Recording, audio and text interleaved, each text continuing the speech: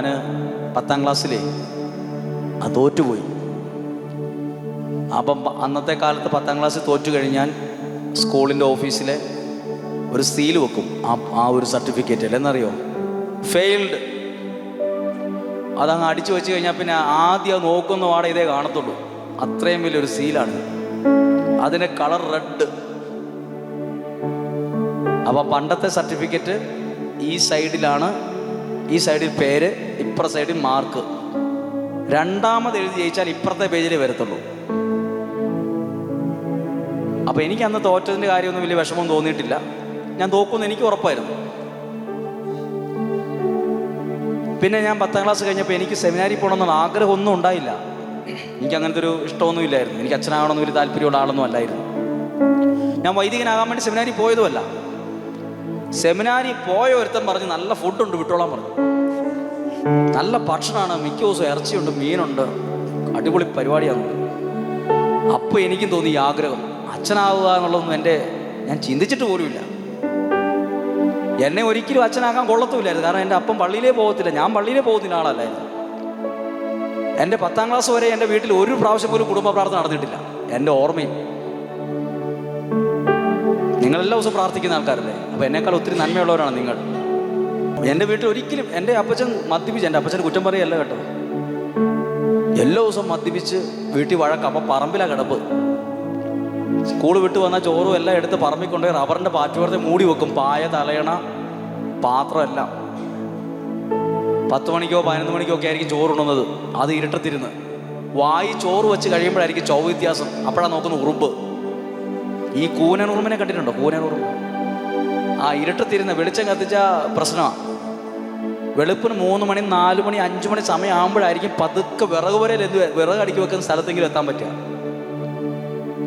അപ്പോൾ അങ്ങനെയുള്ള ഒരാളോട് എന്നോട് എൻ്റെ വീട്ടിൽ എൻ്റെ ഒരു സുഹൃത്ത് പറഞ്ഞു, ഇടാ സെമിനാരി പോക്കോ, നല്ല ഫുഡാണ്, കിടക്കാൻ കട്ടിലൊക്കെ ഉണ്ട്, വിട്ടോളാൻ പറഞ്ഞു. എന്നാൽ പിന്നെ ഒന്നും നോക്കിയില്ല. പിന്നെ സെമിനാരി പോകാൻ നോക്കിയപ്പോഴാണ് വികാരിയച്ഛൻ ജമ്മോണ്ടെ കത്ത് തരത്തില്ല. 8 പ്രാവശ്യം ഞാൻ പോയി, അച്ഛോ കത്ത് തരുമോ? എന്നോട് പറഞ്ഞു, നിൻ്റെ അപ്പം പള്ളി വരത്തില്ല, നിനക്ക് കത്ത് തരികയെന്ന് പറഞ്ഞു. അപ്പനെ പള്ളിയിൽ കൊണ്ടുവന്നാൽ കത്ത് തരാമെന്ന് പറഞ്ഞു അച്ഛൻ. 75 കിലോയുള്ള ഭാരമുള്ള എൻ്റെ അപ്പനെ എനിക്ക് അന്ന് എടുക്കാൻ കഴിയത്തില്ലായിരുന്നു. എനിക്ക് കൊണ്ടുവരാൻ പറ്റത്തില്ല. എങ്ങനെ കൊണ്ടുവരുവാൻ പള്ളിയിൽ? എന്നാലും ഞാൻ വീണ്ടും പോയി, എഴുത്ത് തരുമോ? അവസാനം അച്ഛൻ പറഞ്ഞു, ഇയാൾ ഭേദപാഠത്തിന് പോലും ജയിച്ചിട്ടില്ല, പിന്നെ എങ്ങനെ കത്ത് തരുമെന്ന് ചോദിച്ചു. അങ്ങനെ രണ്ടാമത് 10ാം ക്ലാസ്സിൽ എഴുതി ജയിച്ച് എങ്ങനെയൊക്കെയോ കത്തും മേടിച്ച് സെമിനാരിയിൽ പോയി. അവിടെ ചെന്നപ്പോൾ 2 മണ്ടന്മാരേ ഉള്ളൂ, ഞാനും വേറൊരുത്തരും. ബാക്കി എല്ലാവരും അത്യാവശ്യം നല്ല കുടുംബത്തിൽ നിന്ന് വന്നവർ, അത്യാവശ്യം എഴുത്തും വായനയൊക്കെ അറിയാവുന്ന സ്റ്റാൻഡേർഡ് വീട്ടിൽ നിന്നൊക്കെ മിനിമം വന്നവരാണ്. നമ്മൾ പൊട്ടിപ്പൊളിഞ്ഞ് വന്നവർ ഞങ്ങൾ 2 പേരേ ഉള്ളൂ, പ്രത്യേകിച്ച് ഞാനേ ഉള്ളൂ. പിടിച്ചിരിക്കാൻ പറ്റാത്ത ഒരുപാട് സാഹചര്യങ്ങളും വിഷമങ്ങളും വെല്ലുവിളികളും എല്ലാം ഉണ്ടായി. ആകെപ്പാടെ ഒറ്റപ്പെട്ടു പോയി. അപ്പം നമ്മൾ ഒരുപാട് പ്രാവശ്യം ചിന്തിച്ചു, വീട് തന്നെയാണ് നല്ലത്. പിന്നെ എന്നറിയില്ല അവിടെ പിടിച്ചതെന്ന് എന്നാന്ന് എനിക്ക് അറിയത്തില്ല കേട്ടോ. നോർമൽ ബുദ്ധിയും ഞാൻ പിടിച്ചതെന്നല്ല, എനിക്ക് ഒട്ടും ഇഷ്ടമല്ലായിരുന്നു അവിടെ നിൽക്കാൻ. ആഗ്രഹിച്ചതുമല്ല, ഈ ഒരു രീതി ഒന്നും ഞാൻ ആഗ്രഹിച്ചിരുന്നതല്ല. അവിടെ നിന്നു. അങ്ങനെ നിന്ന് ഞാൻ ഈ സെമിനാരിൽ ഈ വചനം പറയുന്ന കാര്യം ഓർക്കുമ്പോൾ ഞാൻ എന്നും ഓർക്കുന്നൊരു കാര്യമാണ്. എൻ്റെ വീട്ടിൽ ബൈബിളില്ലായിരുന്നു. ബൈബിൾ മേടിക്കാൻ പൈസയില്ല. സത്യം പറഞ്ഞാൽ ഞങ്ങൾ വിശ്വസിക്കില്ല, പൈസയുണ്ട്. പക്ഷേ എൻ്റെ അപ്പച്ചൻ മദ്യപാനി ആയതുകൊണ്ടും ഈ ഒരു സമ്പത്തൊക്കെ, ഒരു ഭക്ഷണവും ഇല്ല, ഒരു ബൈബിൾ മേടിക്കാനുള്ള ചിന്ത പോലും ഇല്ല. അപ്പോൾ എൻ്റെ വീട്ടിൽ എപ്പോഴെങ്കിലും വീട് പ്രാർത്ഥന വരുമ്പോൾ അപ്പുറത്തെ വീട്ടിൽ നിന്ന് ബൈബിൾ എടുത്ത് ഇപ്പുറത്ത് കൊണ്ടുവെക്കും. അത് കഴിഞ്ഞ് തിരിച്ചു കൊണ്ടു കൊടുക്കും. ബൈബിൾ വേണമല്ലോ. അപ്പോൾ 8ാം ക്ലാസ്സിൽ 7-ലും 8-ലും പഠിക്കുമ്പോഴാണ് അന്നത്തെ ഇവിടുത്തെ വികാരി അച്ഛൻ നിർബന്ധമായിട്ടും 7ാം ക്ലാസ് കഴിഞ്ഞ പിള്ളേർക്ക് ബൈബിൾ വേണം നിർബന്ധമാക്കി. ഫുൾ ബൈബിളല്ല, സുവിശേഷം. എൻ്റെ വീട്ടിലത് മേടിക്കാൻ പൈസ ഇല്ല, സത്യസന്ധമായിട്ടില്ല. 50 പൈസയുടെ അന്ന് പേനയ്ക്ക് അകത്തിടുന്ന റീഫില്ലറിൻ്റെ വില 50 പൈസയാണ്. ആ 50 പൈസ എടുക്കാൻ വേണ്ടി എല്ലാ സ്ഥലവും പരിധി നോക്കും. കട്ടിലിൻ്റെ അടിയിലൊക്കെ ചൂലിട്ട് അടിച്ചു നോക്കും, സംഭവിച്ചുണ്ടോ പറയാം. 50 പൈസ എടുക്കാനില്ല. 50 പൈസയ്ക്ക് വേണ്ടി ഇങ്ങനെ നിങ്ങൾ ആരെങ്കിലുമൊക്കെ അങ്ങനെയൊക്കെ നോക്കിയിട്ടുണ്ടോ? ഉണ്ടാവും. എല്ലാ സ്ഥലത്തും പരിധി നോക്കും, 50 പൈസ ഉണ്ടോ, എല്ലാ പൈസ എപ്പോഴേലും വച്ച് ഇരിപ്പുണ്ടോ എന്ന് അറിയാൻ നോക്കും.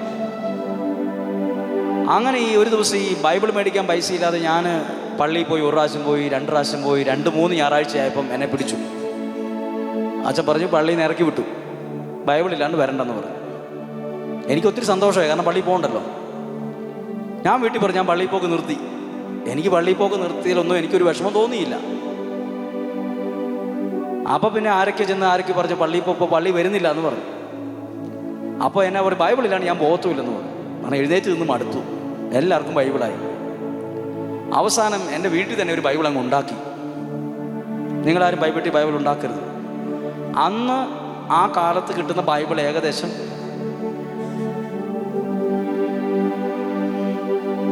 ഇത്രയുള്ളൊരു ബൈബിൾ, സുവിശേഷം ഇച്ചിരി കട്ടിയുണ്ട്, ഇത്രയും വീതിയില്ല, ഏകദേശം ഇങ്ങനെ ഇതേ കളറ്.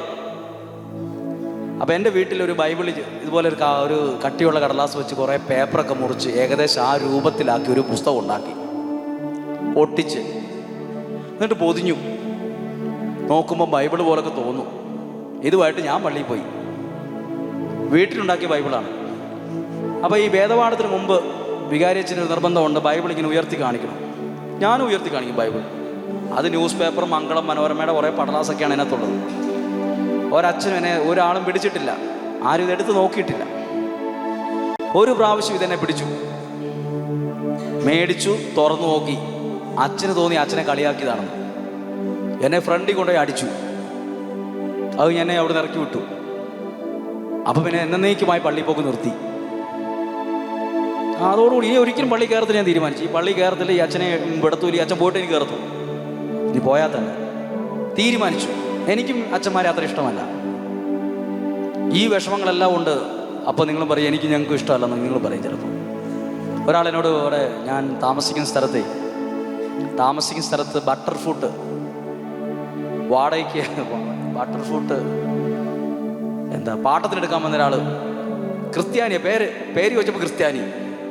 സംസാരിച്ച് വന്നപ്പോൾ അയാൾ അച്ഛന്മാരെ ഇഷ്ടമല്ലാത്ത ആളാണ്. അയാൾ എന്നോട് പറയാണ്, ഈ വെള്ളക്കാരെ എനിക്ക് വെറുപ്പാന്ന് പറഞ്ഞു. അത് പലർക്കും അങ്ങനെ ചേട്ടാ, കുഴപ്പമില്ലെന്ന് പറഞ്ഞു. നിങ്ങൾ വെറുത്തോ, കുഴപ്പമില്ല. എനിക്ക് ഈ വെള്ള ഉടുപ്പിട്ട് കാണുമ്പോഴേ എനിക്ക് അടിവല്ല പെരുപ്പ് വരുന്നു പറഞ്ഞു. പക്ഷേ ഇപ്പം ബട്ടർ ഫ്രൂട്ട് വേണം. അയാൾ കുറേ കുറ്റം പറഞ്ഞു, ഞാൻ ഒന്നും പറഞ്ഞില്ല, എല്ലാം കേട്ടു. അപ്പോൾ എന്നോട് അയാൾ ചോദിക്കുകയാണ്, എന്താ ഒന്നും പറയാത്തതെന്ന്.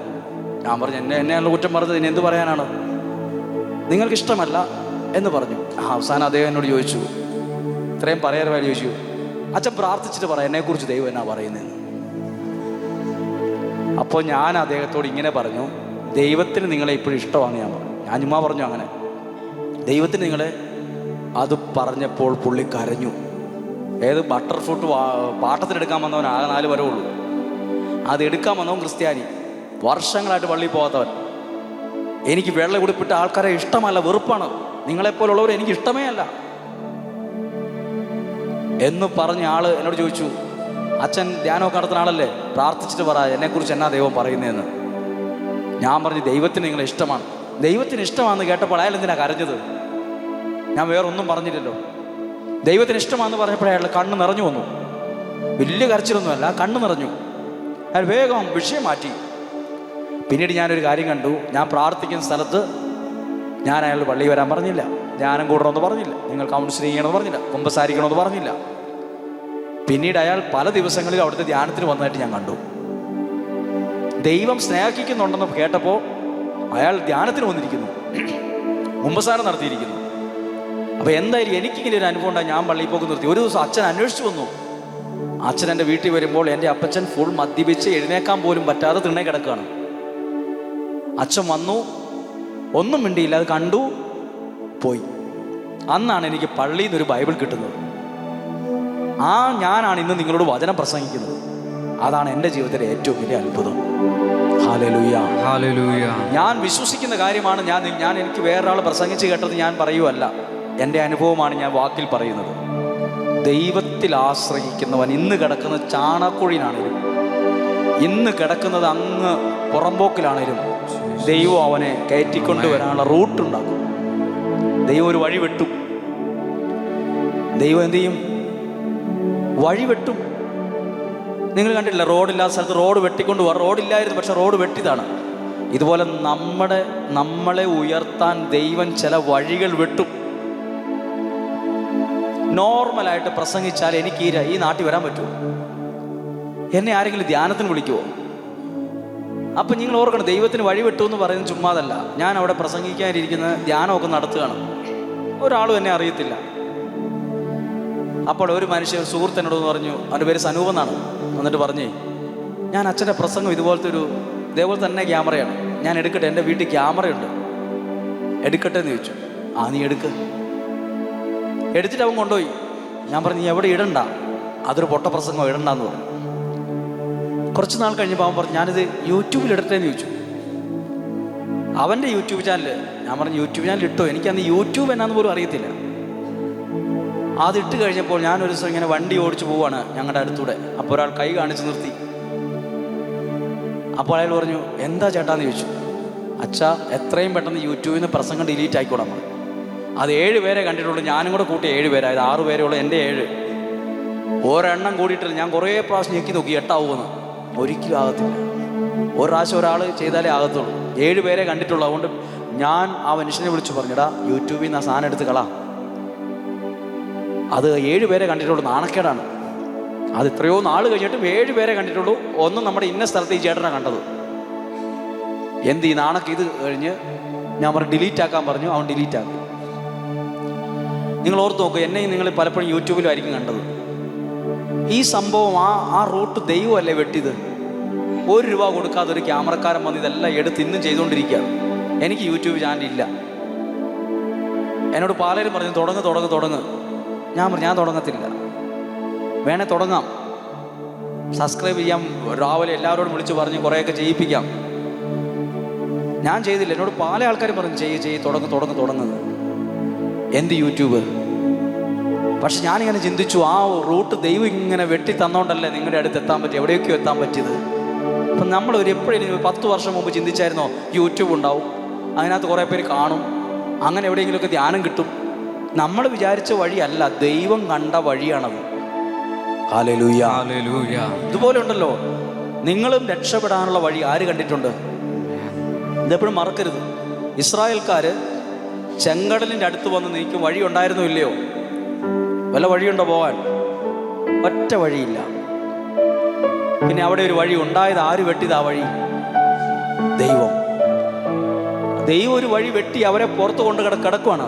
ഇതുപോലെ ഇവിടെ ഇരിക്കുന്ന എല്ലാവർക്കും നല്ല നിലയിലെത്താൻ, നല്ലൊരു സ്ഥലത്തെത്താൻ ദൈവം ചില വഴികൾ വെട്ടിത്തരും, നിങ്ങൾക്ക് വേണ്ടി മാത്രം.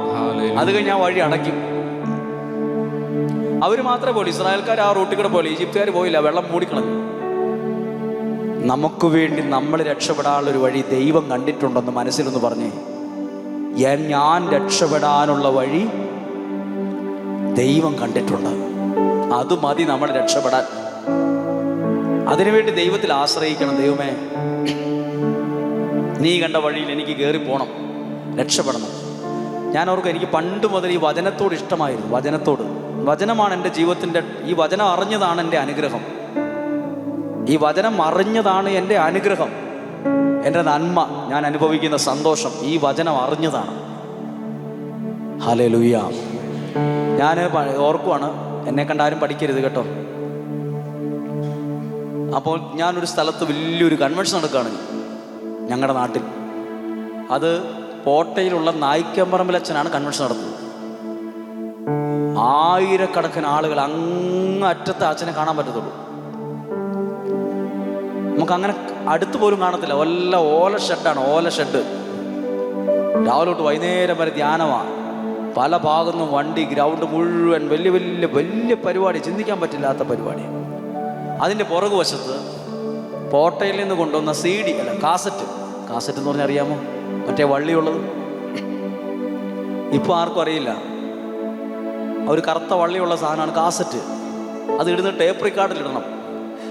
ഇതിങ്ങനെ ഇവരുടെ അച്ഛന്മാരുടെ പ്രസംഗമെല്ലാം CD വിൽക്കുകയാണ്. അന്ന് എൻ്റെ വീട്ടിൽ കരണ്ടില്ല. എൻ്റെ വീട്ടിൽ അന്ന് മണ്ണെണ്ണ വിളക്കാണ്, മെഴുകുതിരി മണ്ണെണ്ണ വിളക്ക് മാത്രമേ ഉള്ളൂ, കരണ്ടില്ല. അപ്പം ഞാൻ അവിടെ പോയി ഇവരുടെ ഒപ്പം വട്ടം നിന്ന് നോക്കിയപ്പം കാസറ്റ് വിൽക്കാൻ വച്ചിരിക്കുന്നു. ഒരെണ്ണം ഞാൻ അടിച്ചു മാറ്റി, ഒരെണ്ണം ഞാൻ കട്ടെടുത്തു. എന്തിനാ കട്ടെടുത്തതെന്ന് ഇന്നും എനിക്ക് മനസ്സിലായില്ല. വീട്ടിൽ കരണ്ട് പോലും ഇല്ല. കറണ്ട് ഉണ്ടല്ലോ ഈ സാധനം ഇടാനുള്ള ടേപ്പ് റിക്കാർഡില്ല, റേഡിയോ ഇല്ല. ഇതെന്തിനാ അടിച്ചു മാറ്റിയത്? പക്ഷേ എനിക്ക് ഈ പ്രസംഗം കണ്ടപ്പോൾ എനിക്കൊന്ന് പറഞ്ഞാൽ അടിച്ചു മാറ്റണം തോന്നി. പൈസയില്ല. ഞാൻ കുറേ നേരം ഒരു കാസറ്റ് എടുത്ത് നോക്കിക്കൊണ്ടിരുന്നു. അതിനുശേഷം ഞാൻ പതുക്കെ അത് ചേർത്ത് പിടിച്ചൊരു ഓട്ടോ അങ്ങ് ഓടി. കുറേ ദൂരം ഓടി വീട്ടിൽ ചെന്നപ്പോൾ ചോദിച്ചു, ഇത് എവിടുന്ന്? ഞാൻ പറഞ്ഞു, ഒരാൾ എനിക്ക് മേടിച്ചു തന്നാണ്. നുണ പറഞ്ഞ ആളാണ് ഞാൻ നിൽക്കണ ആള്. കട്ടെടുത്ത ആളാണ്. ആളെ എന്നെ കണ്ട് പഠിക്കരുത് നിങ്ങൾ. എന്തോ ഈ വചനം പ്രസംഗിക്കുന്ന ആൾക്കാരെ കാണുന്നതും ഇതിൻ്റെ CD സൂക്ഷിക്കുന്നതൊക്കെ ഭയങ്കര ഇഷ്ടമായിരുന്നു. അങ്ങനെ ഒരെണ്ണം അടിച്ചുകൊണ്ട് കുറേ നാൾ കഴിഞ്ഞിട്ടാണ് ബാറ്ററി ഇട്ട് പ്ലേ ചെയ്യുന്ന ഒരു ടേപ്പ് റിക്കാർഡ് സെക്കൻഡ് മേടിച്ചത്. പുതിയതല്ല, സെക്കൻഡ്. അതിനകത്തിട്ടാണ് ഇത് ആദ്യം കേട്ടത്, ഇവരുടെ പ്രസംഗം. ഞാൻ ഓർക്കാൻ ദൈവവചനത്തെ അതാണ് നീർച്ചാൽ തേടുന്ന മാൻപേടയെ പോലെ നിങ്ങൾ ദൈവത്തെ തേടണം. അതാണ് നിങ്ങളുടെ ജീവിതത്തിൻ്റെ നന്മ, ഉയർച്ച, അനുഗ്രഹമായി ജീവിതത്തിൽ നാളെ മാറുന്നത്. ഹല്ലേലൂയ. ചേർന്ന് പറഞ്ഞേ ഹല്ലേലൂയ. സ്വരമുയർത്തി പറഞ്ഞേ ഹല്ലേലൂയ. കോവണി ദൈവം ഉയർത്തും. വിശ്വസിക്കുന്നവർ പറഞ്ഞ് ദൈവം ഉയർത്തും. വിശ്വസിക്കുമോ? വിശ്വാസം ഇല്ലാത്തവർ പറഞ്ഞേ ഹല്ലേലൂയ. ആരുമില്ലേ? നിങ്ങൾ കൊള്ളാം. എല്ലാ സ്ഥലത്തും ഒരു 50 പേരെങ്കിലും കാണുന്നതാണ്. നിങ്ങൾ വളരെ ബുദ്ധിയുള്ള ആൾക്കാരാണ് ഈ രാജസ്ഥാനിലുള്ള. നിങ്ങൾ വളരെ ബുദ്ധിയുള്ളവരും ശക്തരും വളരെ കൂർമ്മ ബുദ്ധിയുള്ളവരുമാണെന്ന് മനസ്സിലായി. നിങ്ങളെല്ലാവരും നല്ല വിശ്വാസമുള്ളവരാണെന്ന് മനസ്സിലായി. ഞാൻ എല്ലാ സ്ഥലത്തും ഇങ്ങനെ ചോദിക്കും, വിശ്വാസമുള്ളവർ പറഞ്ഞേ ഹല്ലേലൂയ, വിശ്വാസം ഇല്ലാത്തവർ പറഞ്ഞേ ഹല്ലേലൂയ. അതും പറയുന്നവർ പറയും. ഇവിടെ എന്തായാലും അത് പറഞ്ഞില്ല. ആദ്യമായിട്ടൊരു അനുഭവം കേട്ടോ. ആരെങ്കിലും 5 പേരെങ്കിലും കാണേണ്ടതായിരുന്നു. ആരുമില്ല. ദൈവം നിങ്ങളെ അനുഗ്രഹിക്കും.